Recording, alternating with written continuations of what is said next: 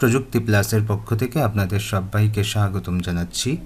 এই পর্বে আমরা জাভাস্ক্রিপ্ট কনস্ট্যান্ট সম্পর্কে আলোচনা শুরু করছি। গত পর্বে আমরা জাভাস্ক্রিপ্ট ভেরিয়েবল নিয়ে আলোচনা করছিলাম। তো চলুন আমরা কোড এডিটরে চলে যাই। এই হচ্ছে আমাদের কোড এডিটর। এখানে আমরা দুইটা ফাইল, একটা HTML ফাইল আর একটা জাভাস্ক্রিপ্ট ফাইল ক্রিয়েট করছি। HTML ফাইলের সাথে জাভাস্ক্রিপ্ট ফাইল কানেক্ট করে রাখছি। তো এখন আমরা জাভাস্ক্রিপ্ট ফাইলে লিখব। তো কনস্ট্যান্ট কী জিনিস?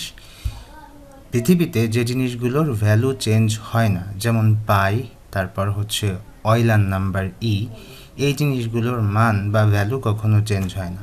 তো যে জিনিসগুলোর মান কখনো চেঞ্জ হয় না, বা আমরা ক্যালকুলেশনের স্বার্থে কখনো যদি এমন কোনো জিনিস সেট করি বা সেট করতে হয় যে জিনিসটার ভ্যালু প্রোগ্রাম চলাকালীন কখনো চেঞ্জ হবে না, সেই জিনিসটাকে আমরা কনস্ট্যান্ট হিসেবে ডিক্লেয়ার করি। ওকে, তো চলুন আমরা শুরু করি। তো জাভাস্ক্রিপ্টে কনস্ট্যান্ট ডিক্লেয়ার করার জন্য যে কিওয়ার্ড ইউজ করতে হয় সেটি হচ্ছে কনস্ট, আর এরপর যে কনস্ট্যান্টের নাম লিখি সেটিকে কিন্তু বড় হাতের অক্ষরে লিখতে হয়, তো ক্যাপিটালাইজ কেজে। তো সেই জন্য আমরা এখানে লিখলাম পাই। তো আমরা জানি যে পায়ের মান হচ্ছে 22/7, দ্যাট মিনস 3.1416, এইরকম একটা ভ্যালু আর কি, আরও সামনে আরও এক্সপ্যান্ড করে আর কি। তো সেই জন্য আমরা এখানে দিয়ে দিলাম যে 3.1416। তো চলুন পাই ইউজ করে আমরা একটা রিয়েল লাইফ প্রবলেম সলভ করি। তো যেহেতু বৃত্তের ক্ষেত্রফল বের করার ক্ষেত্রে পাই ইউজ হয়েছে, সেহেতু আমরা বৃত্তের ক্ষেত্রফল বের করতে পারি আর কি। তো বৃত্তের ক্ষেত্রফল বের করতে গেলে আমাদের পায়ের সাথে পাশাপাশি কিন্তু রেডিয়াসটা দরকার, তার মানে ব্যাসার্ধটা দরকার। তো বৃত্ত বড় ছোট হয়, বড় ছোট হলে ব্যাসার্ধ কিন্তু ছোট বড় হয়, তার মানে ব্যাসার্ধের ভ্যালু চেঞ্জ হয়। এই জন্য এটাকে আমরা কিন্তু আর কনস্ট্যান্ট হিসেবে নিব না, আমরা এটাকে হচ্ছে ভ্যারিয়েবল হিসেবে নিব। ভ্যারিয়েবলের ক্ষেত্রে ভ্যার কিওয়ার্ড ইউজ করব নাকি লেট কিওয়ার্ড ইউজ করব সেটা কিন্তু আমরা গত পর্বে দেখেছি। তবুও আমি আর একবার বলে দিচ্ছি, আমরা লেট কিওয়ার্ড ইউজ করব, কারণ আমরা চাই না এই ভেরিয়েবলটা আবার কেউ পরবর্তীতে ডিফাইন করুক। তো আমরা এখান থেকে এমন একটা রেডিয়াস নিচ্ছি যার ভ্যালু হচ্ছে 5। এখন আমাদের কি দরকার? আমরা জানি যে বৃত্তের ক্ষেত্রফল বের করতে যে ফাংশনটা বা যে ফর্মুলাটা থাকে সেটা হচ্ছে পাই আর স্কয়ার। তার মানে আমরা এখানে বলতে পারি যে এরিয়া ইজ ইকুয়াল পাই, তারপর হচ্ছে আর, তারপর আবার আর। তার মানে এটাকে আমরা বলছি যে radius square, that means r square.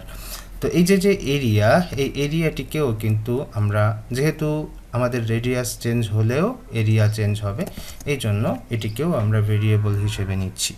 তো এই যে আমাদের একটা ক্যালকুলেশন, এখন কি হচ্ছে, এই পাইয়ের ভ্যালু, এই পাই কনস্ট্যান্টের মধ্যে আছে, রেডিয়াসের ভ্যালু রেডিয়াস ভেরিয়েবলের মধ্যে আছে। এখন এই তিনটাকে আমরা গুণ করে যা পাচ্ছি সেটা এরিয়ার মধ্যে রাখছি। এখন আমরা সেই এরিয়ার ভ্যালুটা আমরা একটু দেখতে চাই। চলুন আমরা কনসোল লগে দেখি। তো console.log এই ফাংশনের মধ্যে আমরা আমাদের এরিয়ার ভ্যালুটা নিয়ে নিচ্ছি। নিয়ে আমরা এটাকে কি করব, আমরা এটাকে একটু কনসোলে দেখব। তার জন্য আমরা ইন্সপেক্ট এলিমেন্টে গিয়ে এই যে আমাদের কনসোলে গিয়ে দেখতে পাচ্ছি এই যে 78.54 এরকম একটা ভ্যালু আমাদের এখানে আসছে।